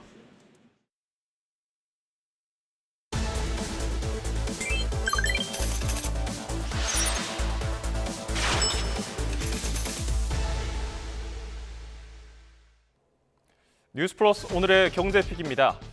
미국 정부가 이달 중에 대중국 반도체 장비 수출 규제를 강화할 예정이지만 한국 등 동맹국은 예외로 빠진다고 로이터 통신이 보도했습니다. 로이터 통신은 소식통을 인용해서 미국이 다른 나라에서 중국으로 반도체 장비를 수출하지 못하게 막는 권한을 확대한 규정을 발표할 계획이라고 전했습니다. 이번 규정은 미국산 소프트웨어나 장비가 사용되면 다른 나라에서 만든 제품이더라도 미국 정부 허가를 받아야 한다는 규칙을 확장한 내용입니다. 미국은 이 규칙을 통해서 중국 기업 화웨이가 지난 5년 동안 외국 반도체를 수입하지 못하게 막아왔습니다. 미국 정부의 반도체 자국주의 강화 움직임 속에 우리나라 기업은 미국에 대한 투자를 늦추지 않고 있습니다. 삼성전자는 2026년 첫 가동을 목표로 텍사스주에 반도체 공장을 짓고 있는데요. 36조 5천억 원 추가 투자 계획도 발표했습니다. SK하이닉스도 2028년 생산을 목표로 고대역폭 메모리 공장 건설에 들어갑니다. 미국 정부의 반도체 보조금을 지원받아서 시장 주도권을 이어가겠다는 포석으로 읽힙니다. 이런 가운데 우리 경제를 떠받치는 수출이 반도체 덕을 보면서 10개월 연속 증가세를 이어갔습니다. 정부는 이런 기세를 몰아 올해 역대 최대 실적을 달성하겠다는 계획입니다. 최아영 기자입니다. 반도체 호황에 올해 2분기 역대급 실적을 쓴 삼성전자와 SK하이닉스. 돌아온 반도체 황금기에 지난달 우리나라 수출도 14% 가까이 늘었습니다. 10개월 연속 반가운 소식입니다. 효자 반도체 수출은 112억 달러로 50% 넘게 증가했습니다. 4개월 연속 50%대 성장이자 9개월 연속 상승세입니다. 하반기 전망도 밝습니다. 반도체가 주로 많이 쓰이는 AI 서버라든지 그다음에 AI를 탑재한 PC, 모바일 등 그런 전방 산업의 수요가 크게 늘어날 것으로 보고 있고 양적인 측면 그리고 가격적인 측면에서 모두 다 좋기 때문에 다만 수출 쌍두마차인 자동차는 업계가 여름 휴가에 들어가면서 9.1% 감소했습니다. 여기에 중국과 미국 시장 수출도 호실적에 한몫했습니다. 중국 수출은 21개월 만에 최대 실적을 냈고 미국 수출은 1년째 월별 최대 실적을 새로 쓰고 있습니다. 지난달 수입은 에너지 수입이 확대되면서 지난해 같은 기간보다 10.5% 늘어난 539억 달러로 집계됐습니다. 무역 수지는 36억 달러 흑자로 14개월 연속 흑자 행진입니다. 올해 들어 누적 흑자는 267억 달러로 6년 만에 최대치입니다. 하반기에도 출발이 좋은 만큼 올해 역대 최대 수출 실적 달성에도 한 걸음 더 가까워졌습니다. YTN 최하영입니다. 당첨되면 상당한 시세 차익이 기대돼서 이른바 로또 아파트로 불린 서울 서초와 경기 화성 아파트 청약이 큰 화제를 낳았죠. 이번 청약은 청약홈 마비와 마감 연장 그리고 역대급 경쟁률이라는 진기록을 남기고 마무리됐습니다. 먼저 경기 화성 동탄역 롯데캐슬은 1가구 무순위 청약에 무려 294만 명 넘게 신청했습니다. 무순위 청약 역대 최다 신청 기록입니다. 이번 동탄역 롯데캐슬 분양가는 2017년 당시 가격인 4억 8,200만 원으로 주변 시세보다 10억 원 저렴하다는 평가를 받습니다. 그리고 서울 서초구 레미안 원펜타스 특별 공급에는 4만 명 넘게 몰리며 경쟁률 352대 1을 기록했습니다. 분양가 상한제가 적용되면서 인근 단지 시세보다 20억 원 저렴한 분양가에 큰 관심을 받았습니다. 전문가들은 이 같은 청약 열풍에 대해서 분양가가 계속 오를 거라는 기대가 반영됐기 때문이라는 해석을 내놓기도 했습니다. 이런 분위기 속에 서울 아파트값이 19주 연속 오름세를 기록했지만 상승폭은 소폭 줄었습니다. 수도권 아파트값 상승폭도 45주 만에 최대를 기록했습니다. 최두희 기자입니다. 서울 서초구의 한 아파트. 전용 면적 84제곱미터가 지난달 13일 42억 원에 거래되며 신고가를 새로 썼습니다. 서울 강남 3구를 중심으로 신고가 사례가 속출하는 가운데 이번 주 서울 아파트 값은 19주 연속 오름세를 이어갔습니다. 다만 상승폭은 0.28%로 지난주보다 소폭 줄어들며 상승세가 둔화됐습니다. 서울 아파트값 상승세에 힘입어 수도권은 0.16% 오르면서 45주 만의 최대 상승폭을 기록했습니다. 반면 지방은 0.02% 내리며 온도차를 나타냈습니다. 서울의 경우 거래량도 늘고 있는데 지난 6월 기준 서울 아파트 계약 건수는 2020년 12월 이후 처음으로 7천 건을 돌파한 상황. 부동산원은 선호 지역이나 단지 위주로 매수 문의가 증가하는 가운데 주변 단지에서도 상승 거래가 발생하는 등 서울 아파트값 상승세가 지속되는 분위기라고 진단했습니다. 전문가도 공급 물량 부족에 더해 금리 인하 기대감까지 맞물리며 이런 상승세가 쉽게 꺾이진 않을 것으로 내다보고 있습니다. 매도자와 매수자 간의 호가 차이가 워낙 크다 보니까 사려는 사람 입장에서는 약간 주춤하는 모습이 나타나고 있고요.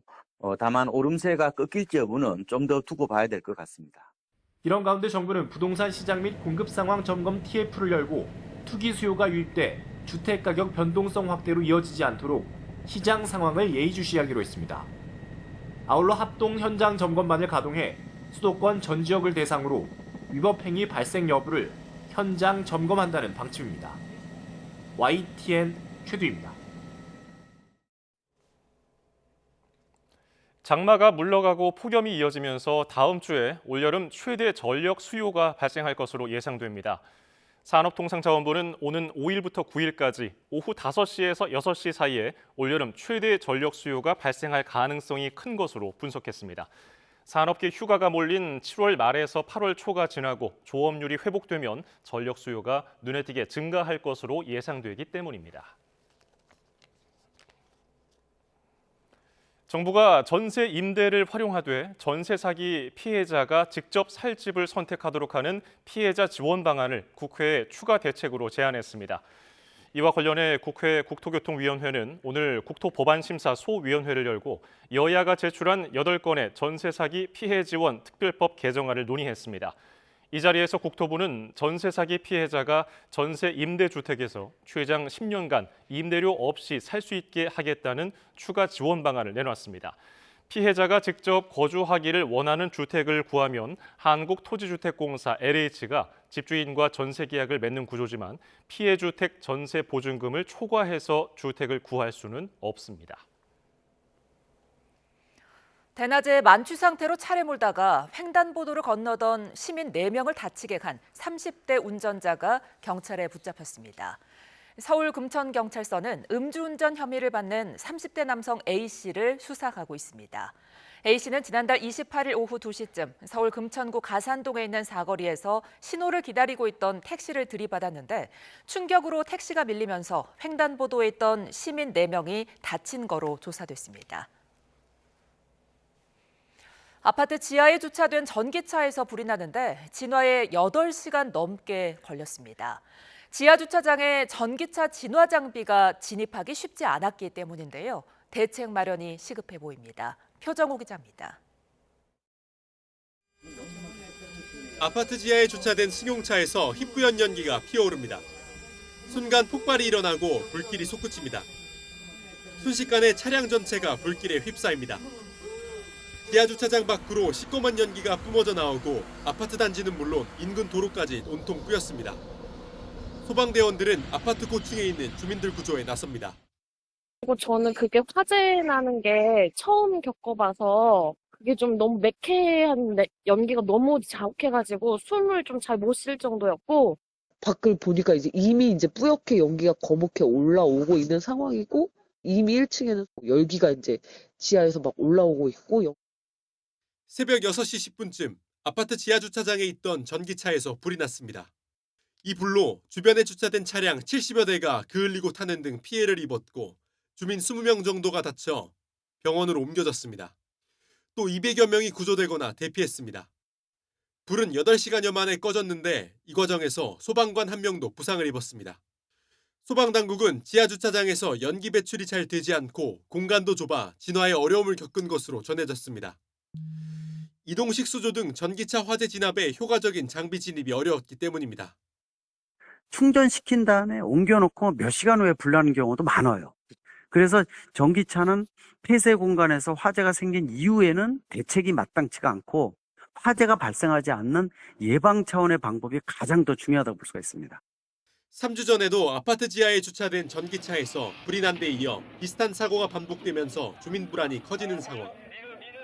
이에 따라 전기차 배터리 과충전 방지 시설을 늘리는 등 화재 가능성을 줄이기 위한 대책 마련이 시급하다는 지적입니다. YTN 표정호입니다. 전북대학교 온라인 통합 정보 시스템이 해킹당해 재학생과 졸업생 등 32만 명의 개인정보가 유출됐습니다. 대학 측은 보안 취약점을 개선하면서 2차 피해 실태를 파악하고 있습니다. 김민성 기자입니다. 전북대 학사 업무를 관리하는 통합 정보 시스템에 해커가 처음 접근한 건 일요일인 지난달 28일 새벽. 같은 날 밤 10시 두 번째 시도에서 보안을 뚫었고 약 6시간가량 야금야금 개인정보를 빼냈습니다. 재학생과 졸업생 등 무려 32만 명이 피해를 봤습니다. 바로 홍콩과 일본의 IP를 공유해가지고 지금 들어오는 것을 확인했습니다. 어디가 시작인지는 저희가 좀 조사를 해봐야 될 것 같고요. 그거를 위해서 지금 국정원과 다음에 전북경찰청이랑 같이 논의를 지금 하고 있습니다. 대학 측은 이튿날 점심 무렵이 돼서야 피해 사실을 알았습니다. 누가 어떤 목적으로 범행한 건지 아직 단서를 찾지 못했습니다. 전북대는 해커가 통합 정보 시스템의 보안 취약점을 이용했다고 밝혔습니다. 지난달 교육부 주관 대학 정보보호 수준 진단에서 우수 등급을 받았다는데 이런 평가가 무색해졌습니다. 처음에 유출됐을 때는 그렇게까지 크게 와닿진 않았는데 직접 사이트에 접속해서 보니까 70 몇 개의 항목들이 다 유출됐다고 떠가지고 더 심각성을 더 느낀 것 같아요. 대학은 해킹 사실을 홈페이지 등을 통해 공개했습니다. 또 피해 사실 조회 페이지를 만들고 2차 피해 접수 창구를 별도 운영하기로 했습니다. 전북대는 학내 모든 정보 시스템의 보안 절차를 강화해 비슷한 사고가 벌어지지 않도록 하겠다며 머리를 숙였습니다. YTN 김민성입니다. 자국 수도에서 하마스 최고 지도자가 암살된 이란이 보복은 의무라며 대응 조치를 다짐했습니다. 중동 지역 긴장이 고조되는 가운데 미국 항공사들은 이스라엘 행 운항을 중단했고 호주는 레바논 내 자국민에게 철수령을 내렸습니다. 김도원 기자입니다. 하마스 최고 지도자 하니예의 장례식에 수많은 군중이 참석했습니다. 장례식은 이란 최고 지도자 하메네이가 직접 주관해 대통령에 준하는 예우로 엄수됐습니다. 수도 한복판에서 귀빈이 살해되는 모욕을 당한 이란 지도부는 보복은 의무라며 이스라엘을 겨냥했습니다. 하마스도 이스라엘이 휴전 협상에 진정성이 없다는 점이 입증됐다고 비난했습니다. الكريم يعني مع الدماء والاغتيالات يصبح الحديث عن مفاوضات وهدى يعني من نافلة القول. 튀르키예와 요르단, 레바논 등 아랍권 곳곳에선 이스라엘을 규탄하는 시위가 벌어졌습니다. 이스라엘 공습에 고위 지휘관을 잃은 헤즈볼라도 다시 보복에 나설 것으로 보여 팔레스타인은 물론 레바논, 이란으로 전쟁이 확대될 수 있다는 우려가 나옵니다. 전면전으로 확대되지 않도록 이란과 헤즈볼라가 보복 수위를 조절할 거라는 분석도 있지만 상황이 항상 의도대로 흘러가는 건 아닙니다. 미국은 한이의 암살을 알고 있었다는 의혹을 부인하며 가자지구 휴전 중재 노력을 계속하겠다고 밝혔습니다. And to get there, it also first requires all parties to stop taking any escalatory actions. 중동 지역 긴장이 고조되면서 미국 항공사들은 이스라엘 텔아비브행 항공편 운항을 잠정 중단했습니다. 호주는 레바논에 있는 자국민들에게 철수령을 내렸습니다. YTN 김도원입니다. 전국의 연일 찜통더위가 이어지면서 축산 농가에서는 폐사가 잇따르고 있습니다. 뜨거운 햇볕에 바다도 더워지면서 서남해안 곳곳에 고수온 주의보가 내려졌습니다. 나현호 기자입니다. 3만 5천 마리도 넘는 닭을 키우는 축사 내부. 커다란 환풍기 여러 대가 쉼없이 돌아가고 출하를 열흘 앞둔 닭들은 자동 급수기를 쪼아대며 목을 축입니다. 아직 오전인데도 이미 축사 바깥은 34도를 넘긴 상황. 첨단 장비를 갖춰가며 찜통 더위를 대비했지만 평소보다 2배나 폐사가 느는 건 어쩔 도리가 없습니다. 해열을 내려줘야 되는데 내려줄 수 없어가지고 굉장히 힘듭니다. 그리고 이 닭들은 개구 호흡으로 체열을 떨어뜨리는데 그 개구 호흡을 오래 하다 보면은 닭들이 탈진으로 이렇게 폐사가 나게 됩니다. 계속되는 가마솥 더위에 소나 돼지도 힘들기는 마찬가지입니다. 현재까지 우리나라 가금류 18만 마리와 돼지 14,000마리가 더위에 폐사한 것으로 집계됐습니다. 물을 안개처럼 뿌려주고 환기도 틈나는 대로 하지만 걱정이 이만저만이 아닙니다. 전부 다 8월 달에 이제 분만할 소들인데 이렇게 더우면 저 소들이 지금 혹시 유산을 하지는 않을까. 그래서 그냥 수시로 이제 순찰 돌면서. 바다도 펄펄 끓고 있습니다. 이미 제주와 서남해안 곳곳에 고수온 특보가 발효됐고 고수온 위기 경보도 심각 1단계로 상향 조정됐습니다. 고수온 경보가 내려진 전남 한평만입니다. 연일 강렬하게 내리쬐는 햇볕에 수온이 29도를 웃돌고 있습니다. 고수온 상태가 지속하면 양식장 어류 폐사는 물론이고 어획량에도 영향을 줍니다. 그 연성어업은 미끼를 사용해갖고 이제 고기를 잡는데 그 먹이 활동을 안 하면은 안 잡히죠. 영향이 줄죠. 언제 끝날지도 모르는 찌는 듯한 불볕 더위에 농민과 어민들의 마음도 함께 타들어가고 있습니다. YTN 나연호입니다.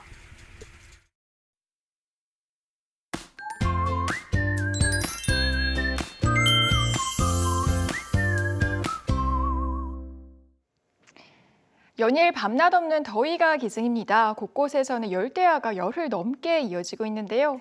특히 강릉에서는 이미 13일 연속 열대야가 나타났죠. 지금 보시는 사진은 강릉 경포해변의 새벽 풍경입니다. 네, 이 밤더위를 이기지 못하고 결국 해변에서 잠을 청하는 모습이네요. 네, 맞습니다. 이렇게 요즘 더위로 밤잠 설치는 분들 많으실 것 같은데요. 사실 우리 몸은 체온이 약 1도 정도 낮을 때 쉽게 잠든다고 합니다. 그래서 요즘같이 열대야가 나타나면 잠들기가 더 어렵겠죠? 네, 이런 열대야 속에서도 숙면을 취하려면 실내 온도를 약 25도로 설정하는 게 좋다고 하고요. 취침 전에는 샤워를 하셔서 체온을 낮춰주시면 도움이 되겠습니다. 다만 온도가 너무 낮아 신체가 추위를 느끼면 오히려 숙면에 방해가 되니까요. 잠든 뒤 한두 시간 후에는 냉방기가 꺼지도록 설정하는 것이 좋겠습니다. 오늘 밤 사이에도 곳곳에서 열대야가 나타나겠고요. 낮에는 찜통 더위가 기승을 부리겠습니다. 내일 서울에는 가끔 비가 내리겠지만 체감온도는 34도 안팎을 유지할 것으로 보이고요. 대구는 무려 37도까지 치솟는 등 사람 체온을 웃돌겠습니다. 비는 내일 새벽 경기 북부를 시작으로 오전에는 그 밖의 중서부 지방으로 확대하겠는데요. 예상되는 비의 양은 5에서 40mm, 또 경기 북부에는 60mm 이상이 되겠고요. 남부 내륙과 제주도에는 오후 한때 요란한 소나기가 지나겠습니다. 다음 주말까지도 열대야와 찜통더위가 계속될 전망입니다. 날씨 캔버스의 신미림, 고은재였습니다. 뉴스 플러스 오늘 순서 마칩니다. 잠시 뒤 뉴스퀘어 저녁 8시 뉴스가 방송됩니다. 고맙습니다.